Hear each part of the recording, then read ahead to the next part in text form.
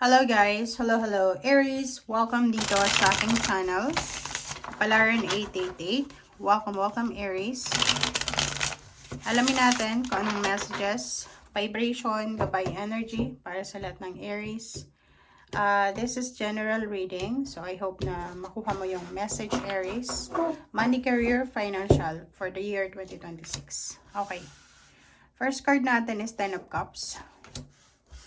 King of Pentacles, 5 of Pentacles, Aries, Queen of Cups, 10 of Swords, King of Swords, and last card is Page of Swords. Okay, Aries. I hope na nakikita nyo to ha. Nakikita ko sa'yo dito na isang napaka gandang direksyon. There's so much blessings na pinipresent sa'yo ng universe. So, may magandang direction dito na ino-offer sa'yo ang universe. This is Page of Swords. So, ibig sabihin, merong tinuturo sa'yo. It's either through panaginip, pwedeng marami kang mga napapanaginipan, or maybe from someone na related sa'yo, emotion. Nakikita natin dito na possible, okay? Posible na isang idea, okay? Like isang business idea, isang job offer, ang posibleng ino-offer sa'yo ng universe. Ino-offer sa'yo, and yan ay makakatulong sa'yo para maayos mo ang pamilya mo. So, halimbawa, matagal ka nang unemployed or yung trabaho mo ay hindi masyadong maganda, sinasabi ng baraha sa'yo dito na this year, the universe will give you an opportunity para maging breadwinner, para maging head of the family, parang ganon. And kung makikita mo dito, kung dati ay mahina yung loob mo, yung parang kulang ka sa confidence, kulang ka sa boost, this year, nakikita ko sa'yo dito na sobra-sobra yung confidence na pwedeng maramdaman mo.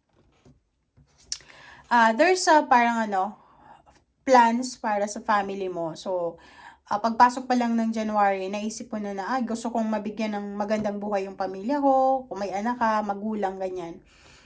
Sana next year, meron na ako ng blessings na minamanifest ko, ganyan ganito. So, etong King of Pentacles na to, tsaka 5 of Pentacles, sinasabi ng baraha na if ever lang may mga financial problems kayo ngayon habang nanonood, sinasabi ng baraha na yung financial problems mo na yan yung magiging, kumbaga, susi para sa pag-asenso mo. Bakit, ano ba yung bakit magiging susi? Kasi siya yung magiging motivation mo eh. Parang, this year, maybe by the second half ng year, or maybe sa birthday season mo, March, April, maramdaman mo na sawang-sawa ka na sa pagiging mahirap. Sawang-sawa ka na dito sa business na to, sa trabahong yan, and gusto mo nang umunlad, gusto mo nang makaalis. So, 'di ba? So, because of your financial scarcity, because of your 5 of Pentacles loss, ay posibleng ma-motivate ka. Pwedeng may trabaho ka na, maghahanap ka pa ng part-time. Yung iba, may full-time na, nagbi-business pa. So, yun yung pwedeng mangyari sa'yo this year. And, maraming possible na closure na mangyari. Pwedeng may magre-retire, may magre-resign, may lilipat ng bansa. May direction dito talaga. So, kung nasa ibang bansa ka na, Aries, ang dami-dami mong maiisip na paraan. Like, kung nasa ibang bansa ka, iisipin mo na, halimbawa, nasa Middle East ka, iisipin mo na, pwede naman akong pumunta ng Europa, Amerika, para tumas ng konti yung sweldo ko. Parang ganun. So, nakikita natin dito na sobra-sobrang motivation, determination, itong nararamdaman mo because of your loss, because of financial scarcity. Alright.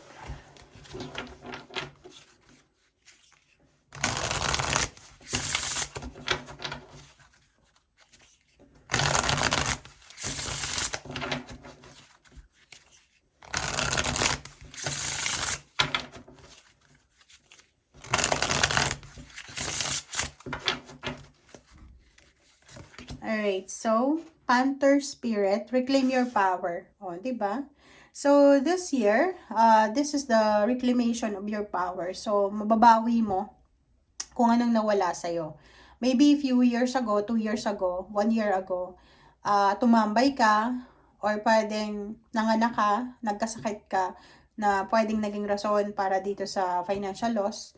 But this year of 2026, this is the balance. This is the boost. This is the recuperation ng finances mo. So, makukuha mo lahat ng nawala sa'yo. Motivation, kung hindi ka na-motivate dati, this year, sobra-sobra kang mamamotivate. This year, makukuha mo yung plano mo. Parang ganun.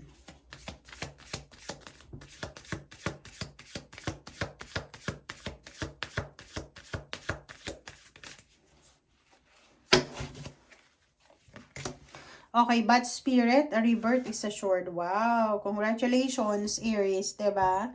Congratulations because sinasabi ng spiritual message na to na hindi ka dapat nag-aalala, especially sa pera.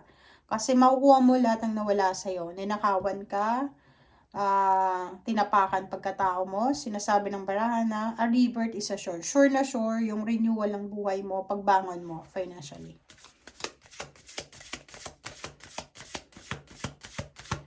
Aries. Okay. Wasp spirit. Oh, 'di ba? This year, maiintindihan mo. This year, maiintindihan mo kung bakit nangyari sa'yo yung nangyari sa'yo for the past few years. Bakit ka naghirap financially? Bakit nawalan ka ng trabaho? Bakit kanyan ganito? So, this year, kasabay ng recovery ng finances mo, recovery ng confidence mo, recovery ng pagkatao mo, marirealize mo na everything happens for a reason. So, there's a completion. 10, 10, 10. So, ang daming makukompleto. Marami kang ma-accomplish. Hindi lang pera yung ma-accomplish mo. Emotion, magiging sobrang matured ka. Mental, sobrang magiging alert ka. Okay. Ano pa ba?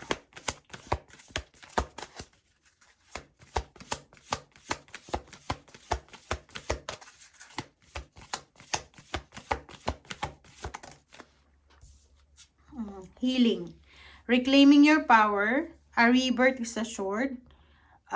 Healing. So, sinasabi ng baraha, gagaling ka. Financial healing, emotional healing, spiritual, physical, mental. So, complete healing ito na posibleng darating sa'yo. Especially, pinag-uusapan natin dito is pera.